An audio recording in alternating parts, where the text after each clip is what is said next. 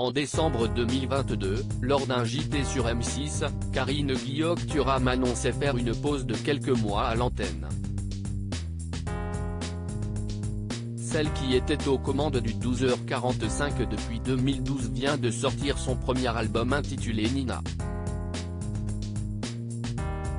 Il s'agit d'un hommage à l'artiste américaine Nina Simone. Il a fallu choisir, donc renoncer à certaines chansons. Forcément, ça fait toujours très mal parce qu'on aime évidemment tous beaucoup plus que 11 chansons de Nina Simone, a expliqué Karine Guillaume-Thuram dans une interview accordée à Télé 7 jours. L'objectif était de lui rendre hommage en respectant son authenticité, son élégance, mais en y infusant ce que nous étions nous, et non pas en s'appuyant sur ses émotions à elle, a-t-elle précisé. Pour se consacrer entièrement à son premier album, la journaliste, titulaire d'une maîtrise de philosophie, a posé un congé sabbatique. Celle qui est contrat avec la chaîne M6 a débuté la présentation des JT en 2012.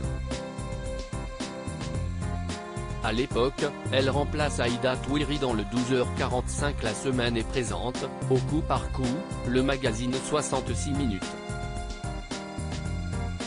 Sur le plan privé, elle est mariée à l'ancien footballeur international Lilian Thuram depuis août 2022.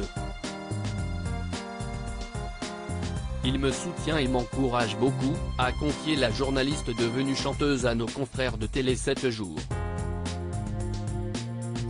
Si est-il donc un virage à 360 degrés que la jeune femme de 45 ans a décidé d'entreprendre. Une prise de risque anticipée et calculée sur le plan matériel en couple avec Lilian Thuram, Karine Guillaume n'est pas pour autant à l'abri financièrement. En arrêtant ses activités de journaliste pendant 9 mois, elle dit avoir pris ses dispositions et avoir anticipé cette reconversion professionnelle. Pour l'heure, la musique ne lui apporte pas de revenus, si est-il par pure passion qu'elle se lance à corps perdu tout en gardant les pieds sur terre. Avec mes parents, on a vécu des périodes où il n'y avait aucun problème d'argent et des moments plus difficiles. Ma mère en disponibilité, mon père attendant de se faire payer.